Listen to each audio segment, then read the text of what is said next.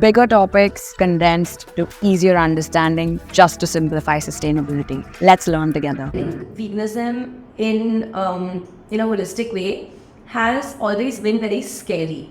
It's been very like attacky and kind of CrossFit. And people are. I remember, people would when someone would ask me like, "Oh, would you like to try this?" or they would offer me something, at events. Like someone would be like, "Oh, we want to try my dip," like someone's a sauce brand, and I'm like, "Oh no, thank you. I don't want to try that." Or they say, "Oh, why?" Or try this or try that. So I'm like, "No, I don't eat dairy." "Oh, you're vegan? Okay, I could never be. I didn't ask you if you can be or not. Yeah. I didn't ask you." But immediately they would be like defensive. Or someone would say, "Oh, what did I ask? So does that mean you're vegan?" And I would say, "Yeah, I don't consume, I'm plant-based, I don't consume dairy." Or they'll offer me something and say, "Oh, but you must be vegan, right? You don't eat chicken." I could never do that. Okay, then don't. Like, I never asked you to do it. Yeah. But subconsciously, people know somewhere that and somebody is dying for your meal, but they can't make that step because it's very overwhelming. You feel like, I'll have to give up everything that I know, bags, makeup, shoes. I'll have to give up my whole diet, my whole lifestyle, my whey protein, my chai, my this, my that. I love cheese. So eat cheese, but maybe replace your milk with some plant-based milk. But you can keep eating cheese. Yeah. You don't want to eat cheese? Okay, fine. You can be completely dairy-free and eat eggs. You could be pescatarian and dairy-free.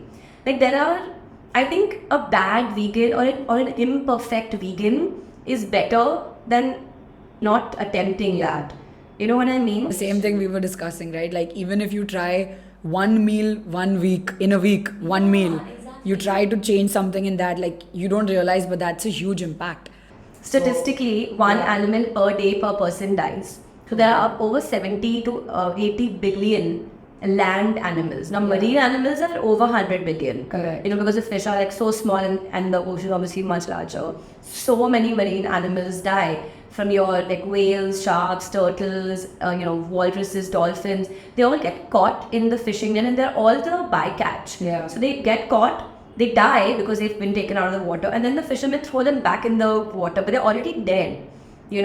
So and the fishing net also goes back in the water. Yeah. So if your goal is reducing plastic and your goal is reducing impact, you as a singular person can't, as a singular person, you can't stop the animal agriculture industry. Of course not. But you on a personal level can be one person who makes it better, and if one person does it, inspires 10 people, and the compounded effect of maybe 100,000 people who you have touched in some form or shape, reduce it.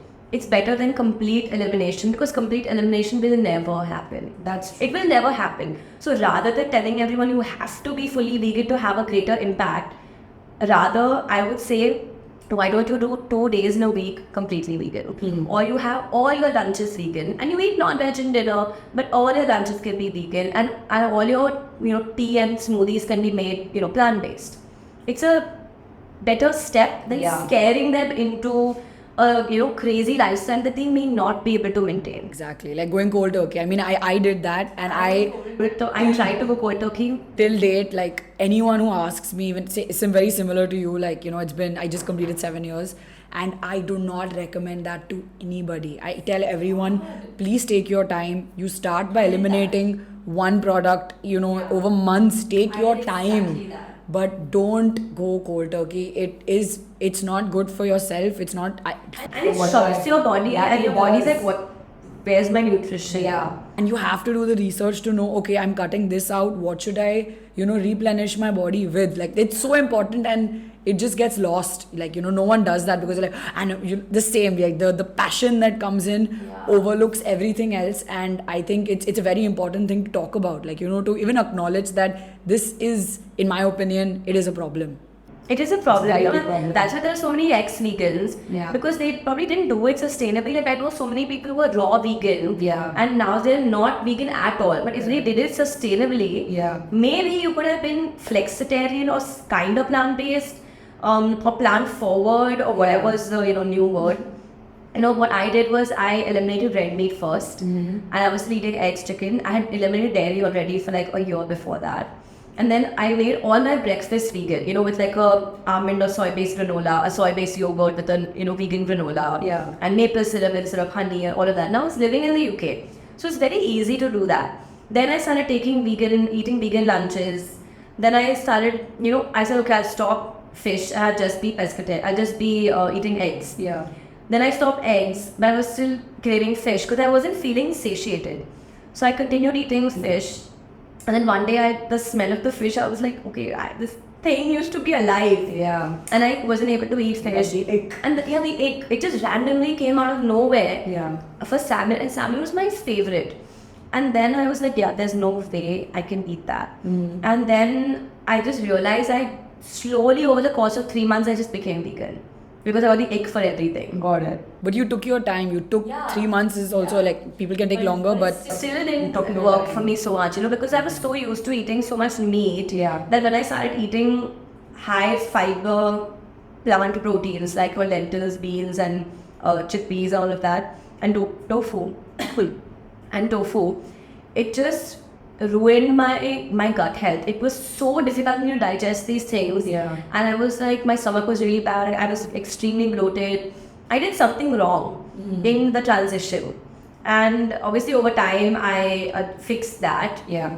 But I mean, it's still not 100%.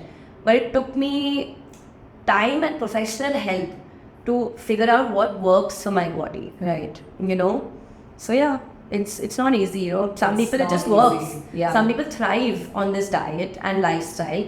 And for someone like me who loves this lifestyle and diet and who I love the concept of veganism, I just don't think it's possible on a large scale for everybody to be able to do that without institutional and government support. Reduce the cost of vegetables, reduce the cost of beans, make these kinds of products accessible to everyone and encourage this lifestyle rather than subsidizing meat, eggs and dairy. Exactly. Encourage this lifestyle and then you will see more people adopting it. Want to watch the whole podcast? Head over to Sephira's Green and Greener Show or SGGS podcast right now.